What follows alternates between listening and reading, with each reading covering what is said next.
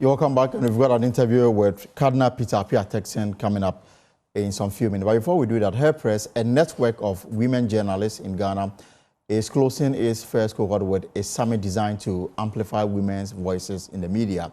Founded by the Australian government, the summit will address topical issues affecting women and host engaging discussions on 23 August 2025 at the Mixed Design Hub by the Deakin Center. The fellowship has empowered 20 women journalists with hands-on experience in investigative journalism, leadership, and crafting impactful news stories. Her Press is more than a fellowship. It is a movement that encourages women journalists to unite, amplify their voices, and drive meaningful change in the media landscape. Now, joining me in the studio are Paul Denson, founder, executive director at Deakin Center, and Sarah Amele Josu, fellow Her Press Fellowship. Sarah, you're welcome. Thank you, Elton. And of course, you're welcome too. Thank you, sir. Right, so we're talking about women. I was wondering what the gentleman is doing to talk about issues regarding women in journalism. You know, that's a surprising part, Exactly. because, I mean, it's a fellowship for women, but then that's the brainchild of this gentleman right here. So, I mean, the whole idea was Paul's own, and he created everything solely for women. Yeah. So tell us more about it. So I'm the founder and executive director of Deakin Center. As the name means, Deakin, taking the lead, right? So for the last 2 years, we've been researching into journalism, and we've been training journalists in the last 2 years as Deakin Institute.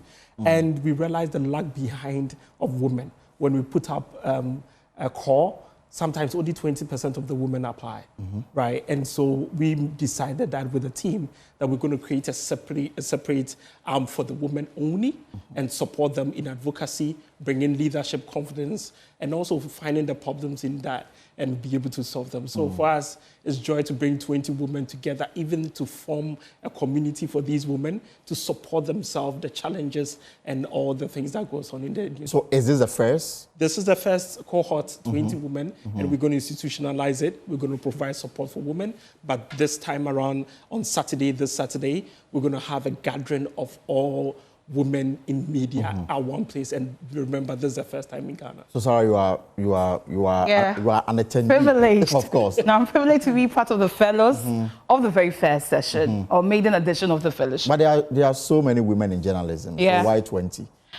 So I think we had to apply, Yes. and it was shortlisted. So we are privileged to be part of that 20. How rigorous was it? You know, when you hear about the idea of fellowship, you think, okay, let's go and learn this journalism. So maybe how to edit stories, how to write better. That's the idea I went in with, to learn and get more. But little did I know that I was actually walking into a safe space that was going to teach me more about leadership, because the insights I've gleaned in the past 3 months, which is now culminating into the summit, it's impactful, very. And I have to say it's been transformative, because lessons on leadership, ethics of the job, investigative journalism. Right. We were told, I mean, it wasn't an area I wanted to venture into, but I've been told how to pitch a story when it comes to investigative journalism, how to go about it, how to play it safe and everything. And I've been exposed to a network, or let me say a sisterhood, a safe space where we can discuss issues, brainstorm and glean insight from each other. But I've known you more in the business circle. Absolutely. In the show business. Yes. Now you want to go into investigative journalism. No, but then, so that's the funny thing.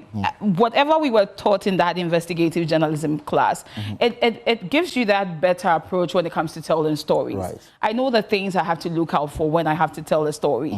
And even in the entertainment industry, you acknowledge that, yes, there can be some sort of investigative journalism in there. So in all aspects, it's required. Okay. So I mean, in terms of the criteria that went into selecting the 20, tell us about it. So for funding restriction, we limited it to 20. And also because it's a piloting program, we limited to 20. But then again, we've designed a program enough to support other women. And that's why Saturday we bring in women-owned journalists, media. It's not just journalists, reporters, the photographers, the videographers, all of them are one place that, again, we're going to propel to support them.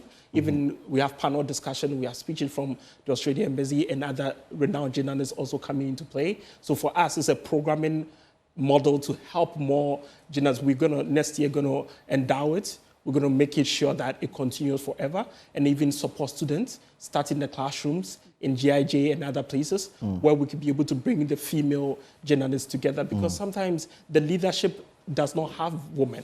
Right. And for me, that is concerning, right? The decision makers are not majority women. You know, the women sometimes are underground, you know, and sometimes based on our research, they are the least paid as well. So this fellowship, how long is it going to last, and what really is going into it? So the fellowship is 3 months, and we design it flexibly so that the women can participate in. So they can still work and so exactly. So be part of this. Once they come in into the class or the community for a week, 5 days, in a month, that's it. Because most of the times we've had challenges when we ask the leadership to bring women in, the problem is, hey, I'm working. Right. I can't stop my job to come and do it. So that's why we've been able to make it flexible for the women to participate in. And again, it doesn't end there. Once they're out of the fellowship, we're looking to bring more participation, more projects to support them, even in their, and we pay them to start. Right. So is it residential for the period that they will have to be part of this fellowship, or they can still come to work? For example, Sarah can still come to the Joy Business you know, office and still be part of this throughout the 3 months that this fellowship will last? Yes. So for us, we wanted to limit the barrier.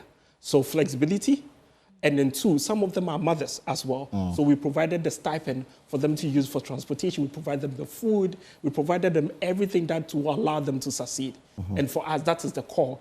We have a CNN journalist who come into the class and bring in other voices into the classroom. I was going to ask, who are the resource persons? So we have Gabby from CNN who's coming to Ghana this week and completing the program, the class. We have many other leadership, Francisca for investigative journalism, news editors who have come to the class, speaking engagements also as well. So, But Sarah, your own expectations? I mean, I would say my expectations were met, and I mean, everything it actually went overboard because Irama Bainin, for instance, took us for our leadership classes, and you know, when you see all these books on leadership, you read it and you just leave it hanging. Right. But she peeled certain layers that we didn't even bring to bear when we were reading. And that, for me, telling us, making us aware that leadership starts from within and how we needed to approach these things, managing and trying to, you know, find that work and career balance. Yes, I mean, it all addressed. So my expectations were actually met. And I'm looking forward to this Saturday, yes, because we're going to have the likes of, as he said, the Australian High Commissioner, who is funding this program. She'll be there. Gabby from CNN, Genevieve Partington, Ijolaye, Portia Gabo, and so many women are also coming through to support. All right.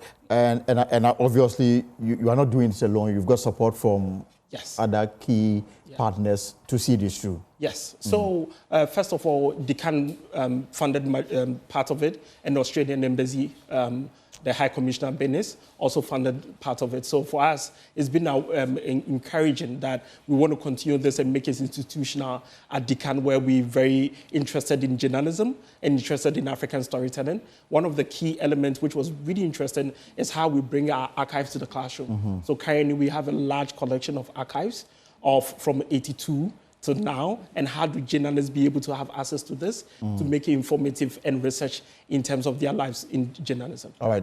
Sarah, finally, before you leave.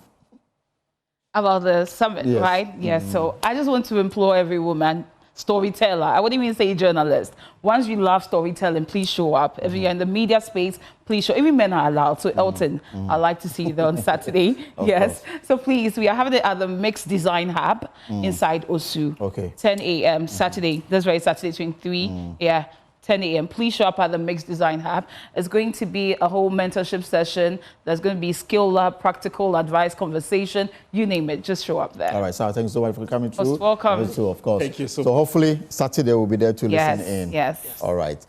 Before we go, let me bring you this exclusive interview. Cardinal Peter Turkson, you know him. He's known for speaking truth to power. Has, in an exclusive conversation with JoyNews, addressed two pressing national issues: the menace of illegal mining and government directive for religious leaders to submit their prophecies. Now, from the human cost of Galamsey to the tension between faith and regulation, the Cardinal shares candid reflections on Ghana's moral choices in this sit-down with my colleague, Emifa Akusua-Adeti. Thank you so much for agreeing to sit with us here on the JoyNews channel. We'll start with the recent helicopter crash, sadly, that happened on August 6th this year. Whilst the nation or the country is grieving and mourning, many have said that it is as well because of our fight against illegal mining, popularly or locally known as galamsey. And the challenge is that if we have nipped it in the bud a long time ago, won't have to be now going through the process of launching pockets of vehicles or tools to still fight it. My question really, His Eminence, is that how do you assess the fight of illegal mining currently in this country? So, question then is not evaluation of this assessment, this interpretation of the event, or the issue of galamsey mining itself. Because I may probably have an issue with the way people link the episode to, is it what? Is it that God was punishing the government for trying to control illegal mining? Is that a sense of what, of the question, or what? I don't know. Well, the background of it is that these statesmen were on their way to the launch of one of the government's tools to fight galamsey called Responsible Cooperative Mining and Skill in the Ashanti region. And whilst this could have happened whilst you're en route to another program, it just draws a lot of theories in people's mind to the fact that why are we still on the conversation of illegal mining? Why are we still here? We should have done better. That we should have done better, or should have had show more stewardship and responsibility for the environment. That's clear. And in that sense, it's not an issue only for the government of Ghana. From my own office, we deal with this all the time, and we invariably, we've actually launched a program of taking us around 10 regions in the world to talk about climate resilience and concern and protection for the environment. Because from a scientific point of view and from a religious point of view, the abusive use of anything in creation, the environment and all, does not augur well for a sustainable existence on this earth. So all what we can do to kind of show concern for for nature, for creation, it's so very necessary, because we believe that the two are connected. The destiny of the human person and the destiny of the earth or creation are interrelated and interdependent, interlinked. There's no way we can treat creation or nature anyhowly and expect that our own lives on earth would also be successful or profitable, because we depend a lot on creation. It's so very clear. Our bodies were made, according to scriptures, out of the material of the earth. So we are earth beings, if you want. And our bodies are sustained also by products that come out of the earth, agriculture, whatever type of thing, and its waters. So they sustain our bodies. So in a very real way, we're so interconnected, interrelated with the earth that should already drive us to, if not respect, at least protect. But the ideal thing would have been to respect this relationship and try to treat everything that exists in creation with some respect and dignity. Now, short of that, we should reckon with, see, creation lashes back every now and then. Okay, we elsewhere, Miami is losing coastline because of rising sea level. West coast of the United States, the forest fires because of drought. The islands in the Pacific are going underwater. So it's so clear around us that our disregard for concern for nature and creation is leading to a whole lot of disasters which affect and impact our life.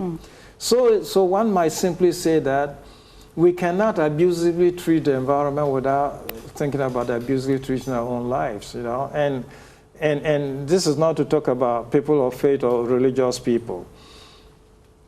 Religious people praying with the Bible read in Psalm 19 how creation reveals God.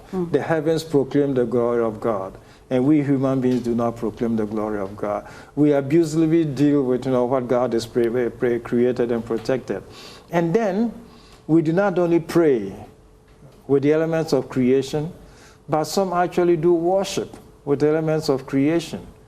Like those churches which do with communion and baptism, you use water to baptize, you use oil for anointing, you use bread grown from the earth for Eucharist. So how can you then abusively treat what? Underlies your own life of worship. So it's so important that we learn to respect creation and whatever. Now, in this regard, when we have a human practice or activity, like Galamsey, we've always had mining. Okay, since antiquity. The book of Job, chapter 28, speaks about mining. How people go down into the earth and stop waters and all of that to get out the treasures. It's in the Bible. Mining is not a new thing.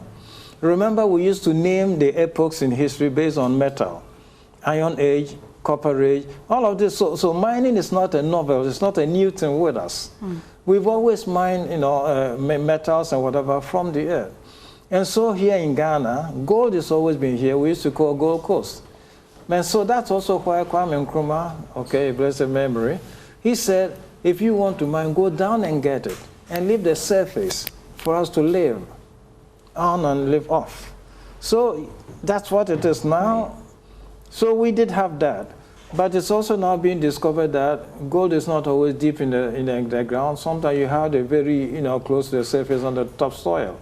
So in so doing, which is what Galamsey does, you get rid of the vegetation, denudation, you get rid of the topsoil, that's for agriculture, only to get to this. So you get precious metal, but in the process destroy what feeds you and what nourishes you. So it's an activity which is not sustainable. And if we still need to get the metal, then let's find a sustainable way of doing this. It's not sustainable in the sense that when the companies, so with big resources, decided to mine, they would go down and get it with shafts and whatever, and they will have tail dams to wash the, whatever thing, and not spill them into rivers. So they had it all under control. Galamsey and private individuals don't have the capital to invest in all of this. So they take the cheapest way out, which just means pollution rivers, washing this in rivers, and so a whole lot of our river systems are dying. Okay, so Ankobra is gone, Pra is gone. So Pra now enters the sea. You pass by, in the past when we were growing up, you cross from Cape Coast to Takoradi, and you have shrimps to buy. It's gone. The breeding ground of all of this. So that's what it is. Therefore, an initiative like what these ministers were going to go inaugurate was going to be an attempt to organize them, and probably in the organization of them, grouping them to groups, the government will be able to provide probably a tail dam for them to wash the gold and not just spill into rivers. So I think this is a fruit of a reflection that the government did, okay, and which they were going to implement. So you have an activity that you see you cannot easily stop because people's life or whatever depends on it. But you also recognize its downstream effect, which is destruction of water bodies and environment.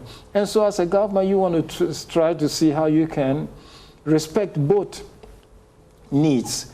People's need for jobs or something to whatever, and at the same time, the conservation of your environment. And so what you just described about creating cooperative whatever was probably in the direction by way of finding a solution to something that you don't want to simply stop. Absolutely. Okay? But something that you also, whose side effect you also recognize to be deleterious or offensive or abusive of the environment. So I wouldn't find that offensive in God's plan, so as to cause an accident to happen. Neither would I find it offensive in any principle of destiny to make accident like that happen. We just need to recognize that all our travels based on technology. Anytime we step into a car, we put our hands in the hands of technology. And when that is the case, we need to recognize that this was put together by humans. And human error is always a factor to reckon with whenever you deal with any type of human production machines. That's why in the tradition of the church, we bless cars. We bless instruments of transportation. We bless them so that God will protect us and the users from errors of human shortcoming and overlooking. So, I mean, an accident like that happens. My own brother died in a plane accident off the coast of Ivory Coast 25 years ago.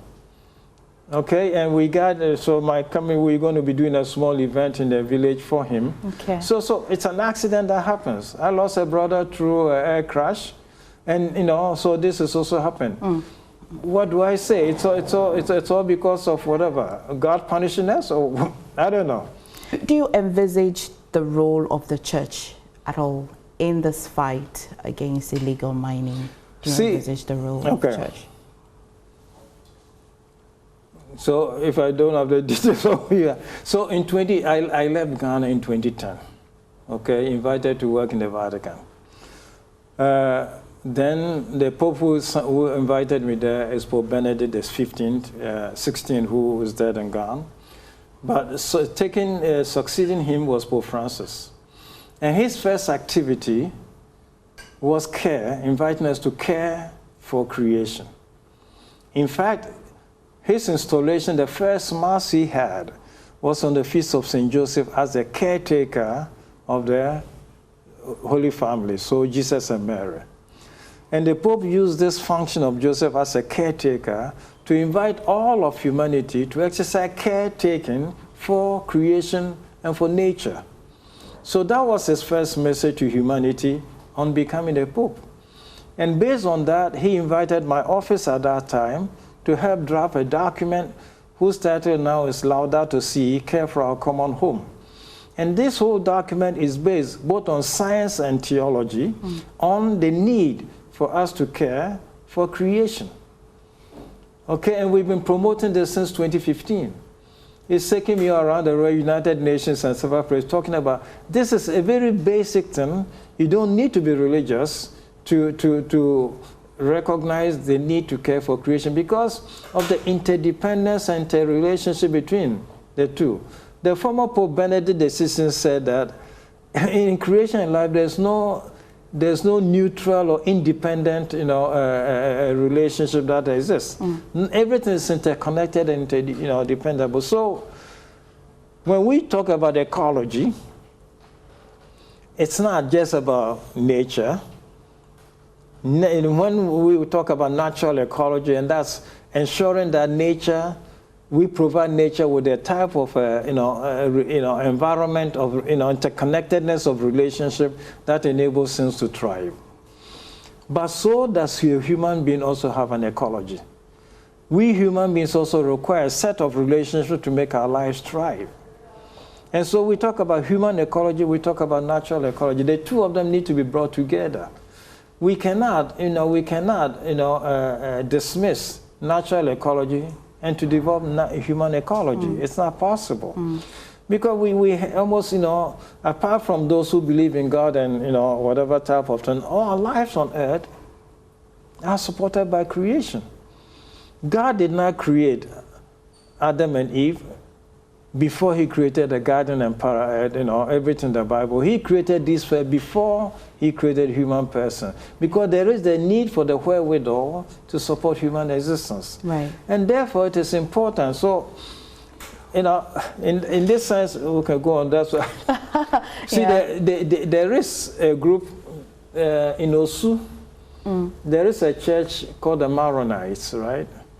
The Maronites, it's a group, so when you talk about Christians, it's not just Catholic, Methodist, whatever. In the East, so in Athens, Greece and all of that, there's a group called the Orthodox churches, right? They started talking about, or reminding us about our respect for creation way before even this document I'm talking about, way before the Catholic Church started talking about it. And indeed, they call the abuse of creation as sin. They use the word sin. So sin is not what we do, but even abusive treatment of creation, they want to call a sin. So it is that anything that represents our abuse of the work of God's hand cannot be, lightly looked upon. Thank you for such an elaborate answer, because then you didn't just give the answer saying that of course the church should or they should not. You give evidence to that answer. There is a conversation in Ghana.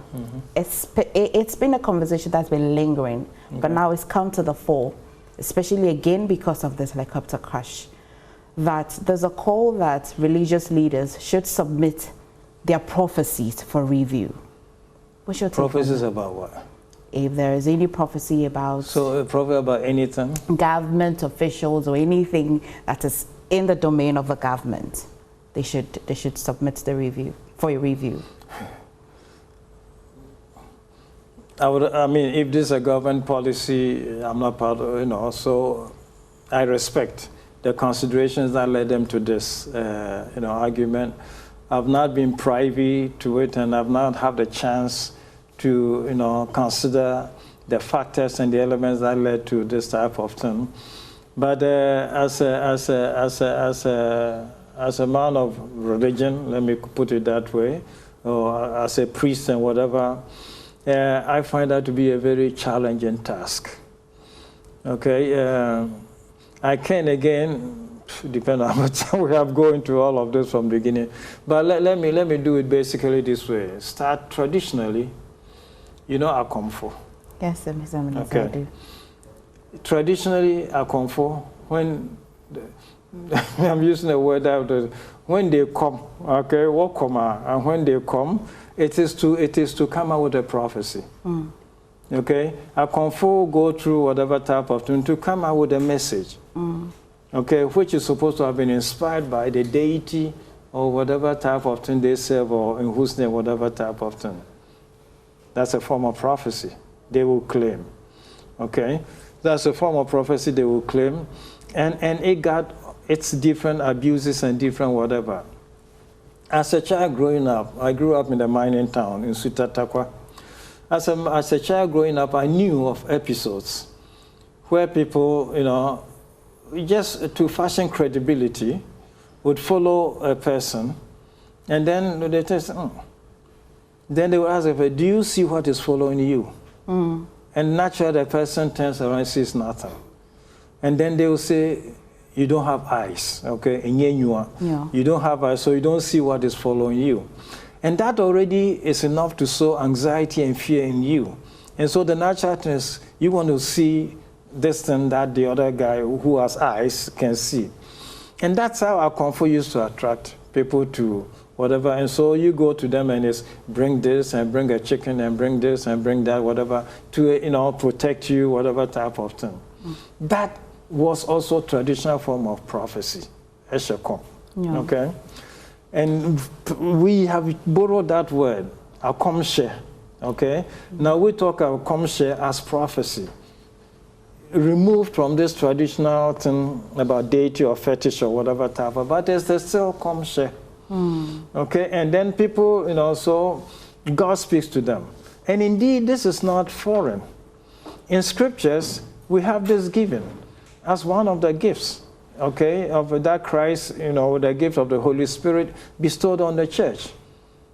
Some would prophesy, and some would interpret prophecies.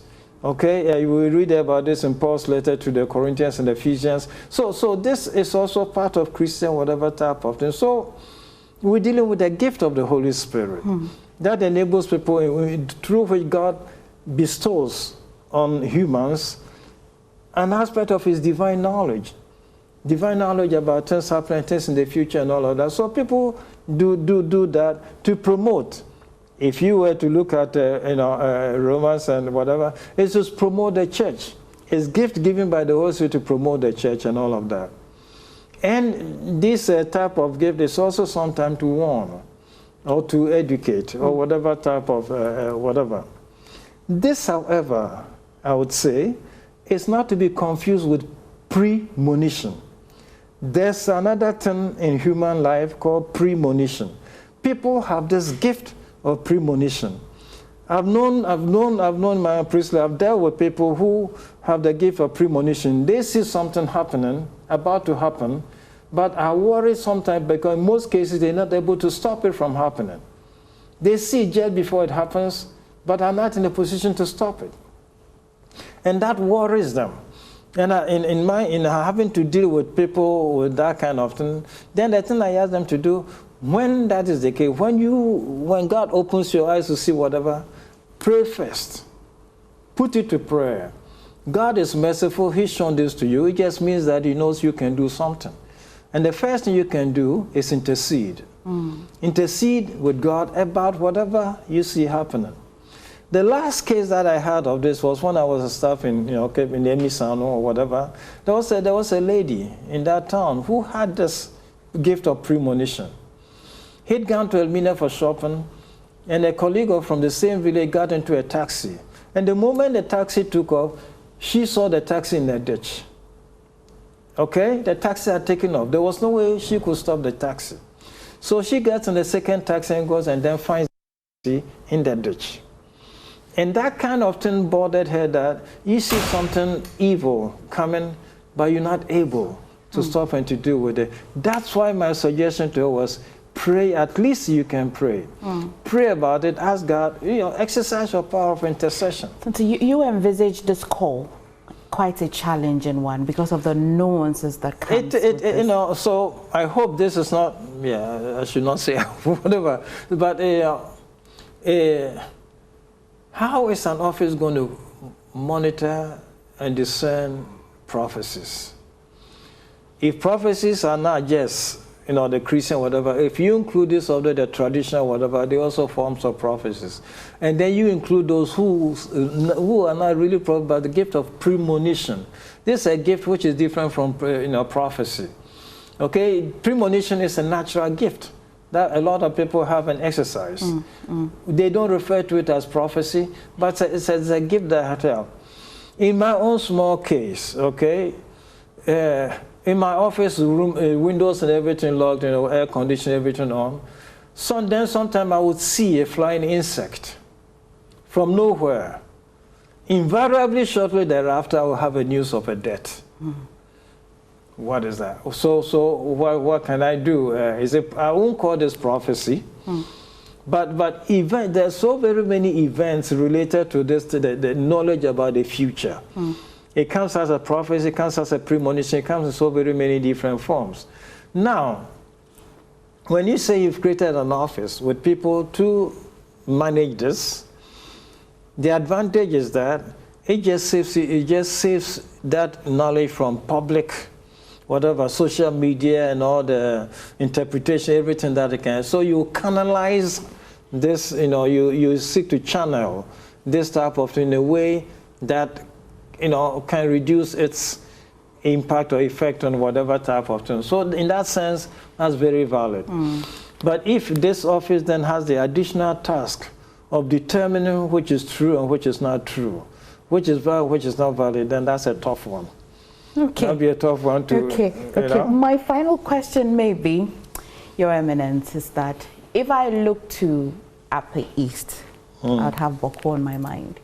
Then if I went to OT region, I'd have Nkwanta. And every now and then we get the easy issues of conflict and all. I should start my question with some African countries. We're observing some small pockets of unrest. But let's bring it home, over here in our country ourselves. Do you envisage an end to the Boko conflict? It should be. The actors are all human. The actors are all finite beings. So finite beings means that they have a beginning, they have an end. Okay, so theoretically, it should be possible to envisage an end. When an actor of an event or whatever is finite, has a beginning and end, then you should probably then anticipate. Of course, this is whatever, but then you have to recognize also with tradition. People passing on experiences and things that go on. And so, yes, people may die, but then depends on what they've communicated to those who come after them, so who perpetuate what should otherwise be a finite and whatever type of thing. The issue about Boko you address, as well as that of Nkwanta, we dealt with already when, in the whatever, when the National Peace Council was first instituted in this country. with which I sat with religious leaders. Otebu was a member, Bishop Lodonu Ofo was a member, somebody representing the chief imam, Mwabi Wahab Adam was a member, professors from the university. So there was a group who had to deal with that issue in Boko. And we used to go there several times to meet whatever type of thing. What was the issue? Everybody who presented side. The Kusasis claimed they lived there, whatever type of thing. The Mamprosis then are considered those who arrived later. But they arrived later with the chieftaincy system. Which the Kusasis probably as of did not quite develop. But times have changed and they say we now have developed it. And we have a chieftaincy that needs to be respected. And so, if the arguments are the same as we used to hear in those days, then it's one claiming you have never had a tradition of this, and now you claim you have the tradition of this. And they only say, yeah, if you didn't have it, we are the original ones here, and now we do have it. So it's a question of probably recognizing and accepting. In itself, I think it's something with a little bit of give and take, which is what every dialogue calls for. You can probably settle this. Unless people claim an absolute, a certain form of absolutism in this form of dialogue, it's either all or nothing. With either all or nothing, you don't make any breakthrough through anything. Otherwise, the moment you decide to get into negotiation or dialogue about anything, you accept, okay, to respect the other person's view, and so solution comes about compromises and all of that and that. To enter into anything like that with absolute positions, trench whatever type of thing, and resort to power or violence to enforce whatever thing, is a sad thing. Be recognizing that the moment you cause harm to another, you create a basis for revenge. Okay, and then becomes a give and take and tit for tat, and so it perpetuates something which could have been settled, whatever. So that's what it in Quanta case is also the same. Yeah. Over land. Okay, that's also whatever type of thing. So, I mean, so there's still the National Peace Council. I would encourage them to, to do whatever type of thing. If we can be of help, we're always available. But some of these things, we also developing our own thoughts and ideas about how we can be of help. Okay. And when the proper time comes, I think we'll make them public. Okay, okay. In wrapping my interview with you, Ibagana, Abis Bandes Pa. It's what it means if you were Rome. So it's very mean be easily. But even them crown also a difficult. And in the day, say yeah, both for where African markets will be a Kobe crap here, Benny, Kako crap here, Benny, I be pay Benny, whatever. Yeah, I pay Benny be very raised, but on our days you can see, and on your mass some cassette. Baby, could be a nifty baby. Other somebody who has all the woods are what's income. Yeah. See, also she is be okay. Yeah, that's it. Thank you so much. In this very difficult time, I'd like you to share a word to us as a country. Yeah. So I think every year I come home in August for a short vacation. I try to do 3 visits since I've been in Rome this past 15 years. So I come for Christmas, I come for Easter, to help some village celebrate, this night religious feast. So I go to a village without a priest, and I help them. But for August, I come for a short vacation. I never did expect to come into Ghana for vacation under this cloud of sadness and grief and, accident and disaster like that. Incidentally, since I came, I've not only heard about this chopper, helicopter crash, but also school bus and whatever, a lot of disasters. Interesting was that at the airport in Amsterdam, because I was coming from the United States, from Cincinnati, at the airport in Amsterdam, I met a couple of Ghanaians so we chatted at the airport, then we boarded the plane. As soon as the plane took off, one of them came to me with his mobile phone to show me news about this helicopter crash.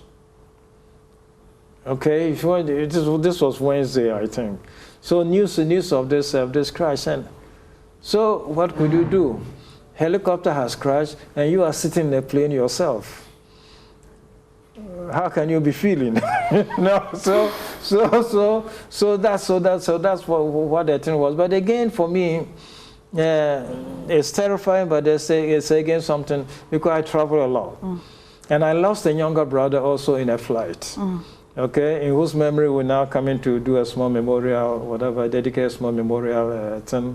And so what is it? You know, accidents do happen.